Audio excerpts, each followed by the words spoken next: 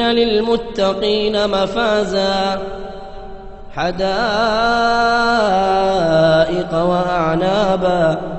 وكواعب أترابا وكأسا دهاقا لا يسمعون فيها لغوا ولا كذابا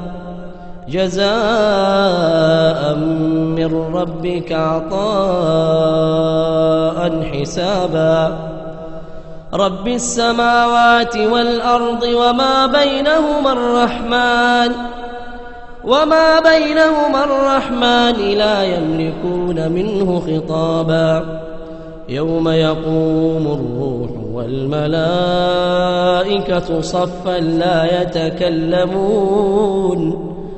صفا لا يتكلمون إلا من أذن له الرحمن وقال صوابا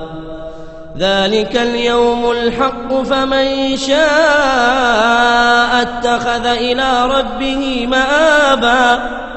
إنا أنذرناكم عذابا قريبا يوم ينظر المرء ما قدمت يداه ويقول الكافر يا ليتني كنت ترابا. تابعوا كل جديد على صفحاتنا التالية